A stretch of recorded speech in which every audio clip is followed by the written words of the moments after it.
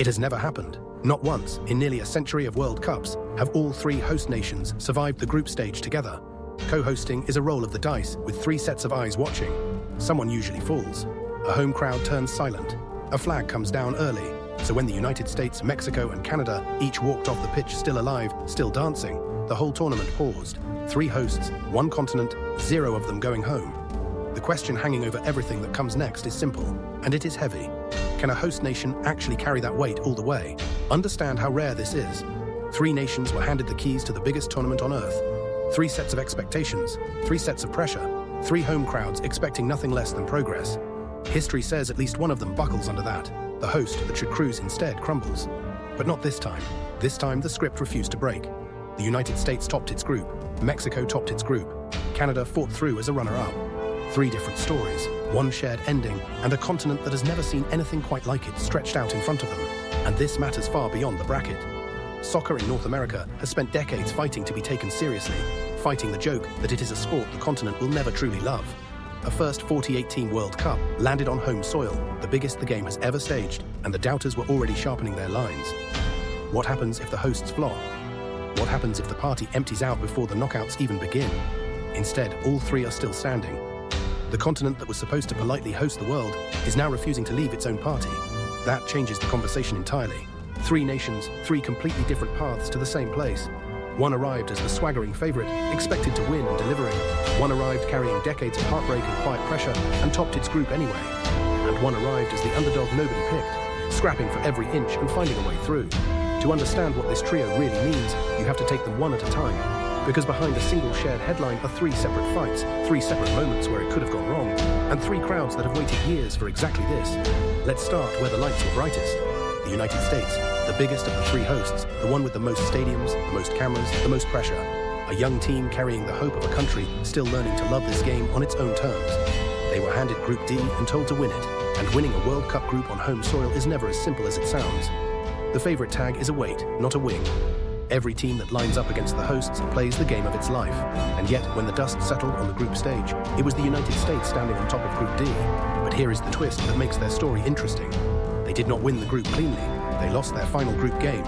They stumbled at the line, the kind of result that can rattle a young squad and send a home crowd into doubt. And still, it was enough. They had done the work early, banked the points when it mattered, and the math held. First in Group D, secured even with a wobble at the finish.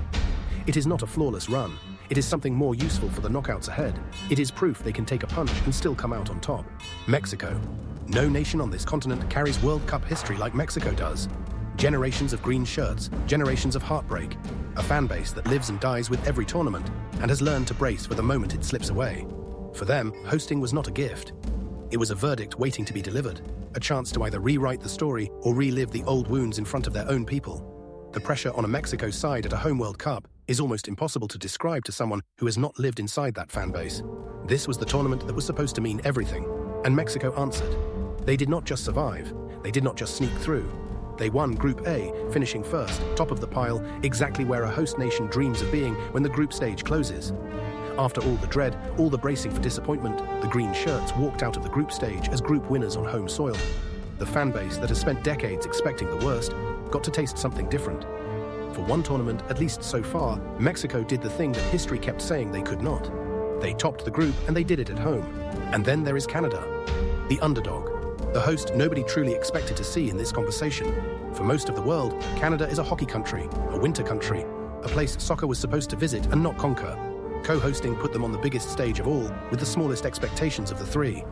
No history of deep runs to lean on, no generations of pressure, just a quiet hope and a lot of polite skepticism.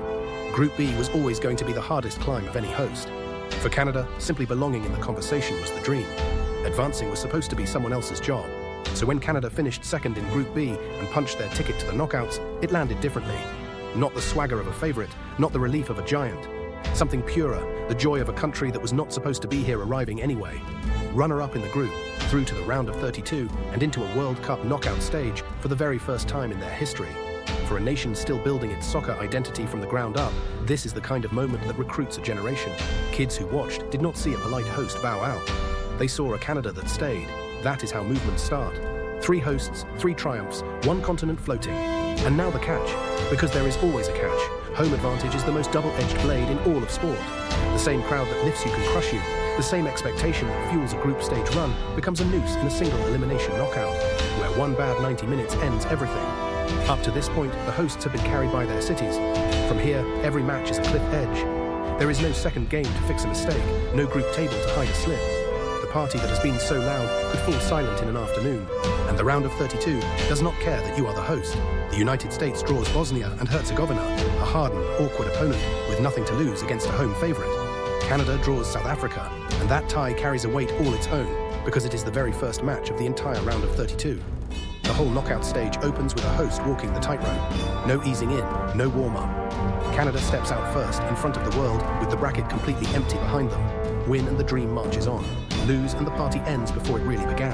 And Mexico waits on an opponent not yet known. Their place in the round of 32 is locked, but the team across from them has not been decided. One of the tournament's best third-placed sides still to be sorted out. So Mexico trains in a kind of limbo, preparing for a ghost, knowing only that whoever it is will arrive desperate to topple a host. That uncertainty is its own pressure. You cannot fully plan for a face you cannot see.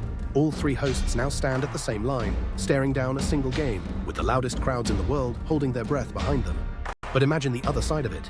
Imagine if they all keep winning. A World Cup hosted by three nations, and all three still alive deep into the knockouts, three home crowds roaring across one continent at once. There is no precedent for it, no memory to compare it to, because no trio of hosts has ever even reached this line together. Every step from here would be brand new history, written in real time, in stadiums that have waited generations for exactly this. The dream is no longer just to host the world. The dream is to refuse to let the world send any of you home. So back to the question we opened with, can a host nation actually carry that weight all the way? The honest answer is that nobody knows, because the group stage was only the toll to get here. The group stage is where you prove you belong. The knockouts are where you prove you are different. The United States, Mexico, and Canada have each cleared the first wall, the wall that has tripped hosts before. Now comes the part history is watching, the part with no safety net, the part that decides whether this becomes a footnote or a legend told for the next 100 years. On June 28th, the bracket opens, and Canada steps into the very first match of the knockouts. A host nation leading the whole continent out onto the tightrope. Behind them, the United States and Mexico wait their turn. Three flags still flying, three crowds still believing, three different cities ready to either erupt or fall silent in a single afternoon. Whatever happens next, something already changed here. North America was supposed to host the party and watch the world dance. Instead, all three hosts are still on the floor, refusing to sit down. So tell me, honestly, which one of them goes the furthest?